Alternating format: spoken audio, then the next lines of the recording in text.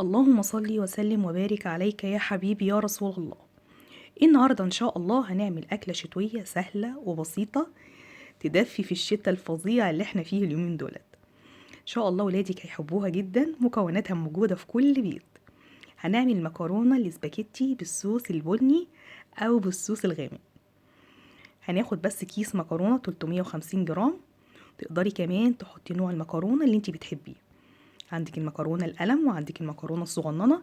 أي نوع مكرونة بتحبيه أو ولادك بيحبوه استخدميه على طول في الوصفة دي. عايزة بس أقول قبل ما ابتدي الفيديو بتاعي، الناس الجديدة اللي أول مرة تشوف القناة عندي، ياريت ما تنسوش تضغطوا اشتراك وتفعلوا كمان الجرس عشان يوصلكوا كل إشعارات القناة.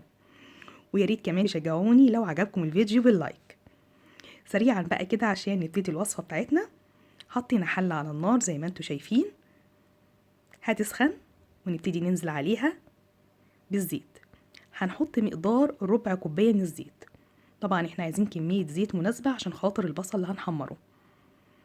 ربع كوباية بس من الزيت اهو، نفس المقدار اللي احنا حطيناه. طبعا احنا هناخد الصوص البني ده مش من البصل، هناخده من تحمير الدقيق نفسه.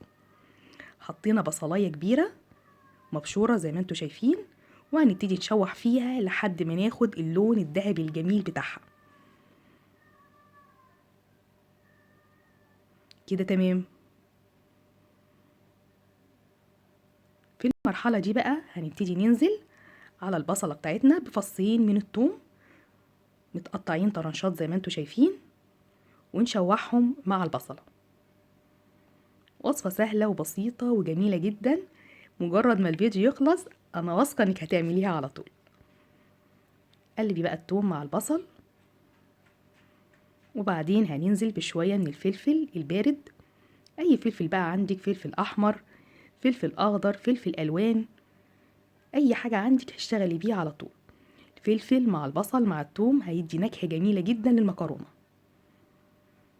هنشوح برضو فيه. في المرحلة دي بقى بعد ما شوحنا الفلفل هننزل بكمية مناسبة تاني من الزيت، علشان هنبتدي دلوقتي نحمر الدقيق بتاعنا. حطينا شوية من الزيت على قد الدقيق اللي احنا هنحمره، دول 5 معالق من الدقيق. هنشوف طبعا الكمية اللي احنا محتاجينها ايه. احنا كده حطينا كده 4 معالق من الدقيق. في معلقة لا اما هنحتاجها لا اما مش هنحتاجها خالص.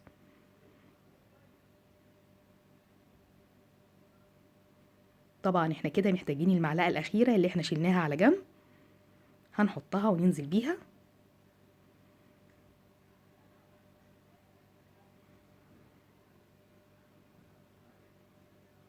هتقعدي بقى تقلبي في الدقيق بتاعك لحد ما يديك الدرجة البني الغامقة. زي ما اتفقنا احنا عايزين درجة الصوص تيجي من الدقيق مش من البصل، يعني لازم ناخد درجة بني غامقة من الدقيق، مش عايزينه دقيق البشاميل بتاعنا الفاتح. كده تمام، خدنا الدرجة اللي احنا عايزينها. هننزل بالتوابل.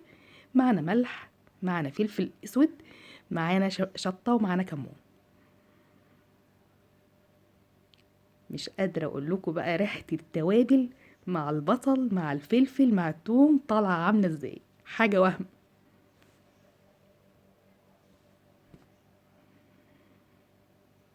هنبتدي بقى ننزل بالمية شوية شوية لحد ما ناخد الصوص اللي احنا عايزينه. زي ما انتوا شايفين ال5 معالق دقيق عملوا كمية الصوص اللي قدامنا.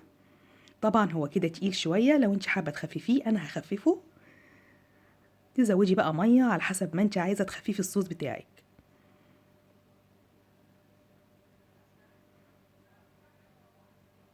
مش عايزة اقول لكم الريحة عاملة ازاي والطعم كان عامل ازاي.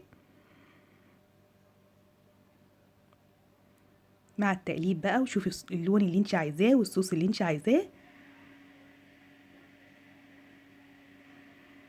طبعا كل ما بتزودي مية كل ما الصوص بتاعك بيفتح، يعني خلي الكمية مناسبة جدا في الصوص بتاعك. كده تمام جدا، انا مش هحط تاني خلاص. طبعا هياخد غلوتين على النار عشان نبتدي بقى ننزل بالمكرونة بتاعتنا.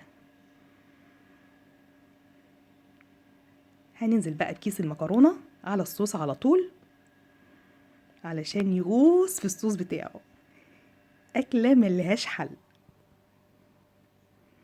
جميلة، طعمها جميل، هيعجبوا بيها جدا ولادك وهيطلبوها منك أكتر من مرة. قلبي بقى المكرونة عشان تشرب من الصوص بتاعها. احنا خلاص كده بقى، يا دوبك بس هنقلب تقلبتين، وبرضو احنا مشغلين البوتاجاز مش قافلين ولا حاجة، ويا دوبك كده الوصفة بتاعتنا على التقديم.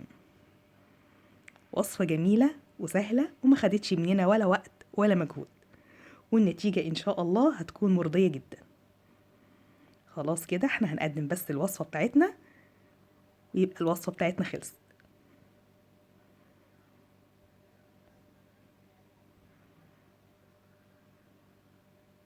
ده الشكل النهائي بتاعها، جميلة سهلة جدا، وريحتها مش قادرة أقول لكم طالعة عاملة ازاي.